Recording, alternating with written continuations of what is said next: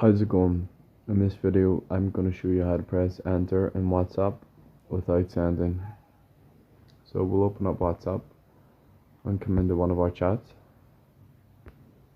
So if I type a message now and then press enter, it sends the message. So if you don't like this function, then there's a way you can turn it off. So come into the main menu and in the top right, press the three dots.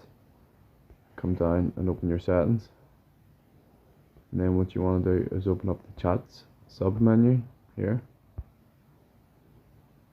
and under the chat settings you can see there is an enter is send function which says the enter key will send your message, and that's currently enabled. So what you want to do is press it to turn it off, and we'll come into one of our chats again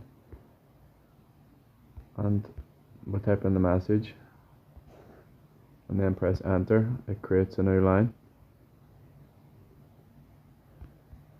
So that's how to press enter in WhatsApp without sending a message.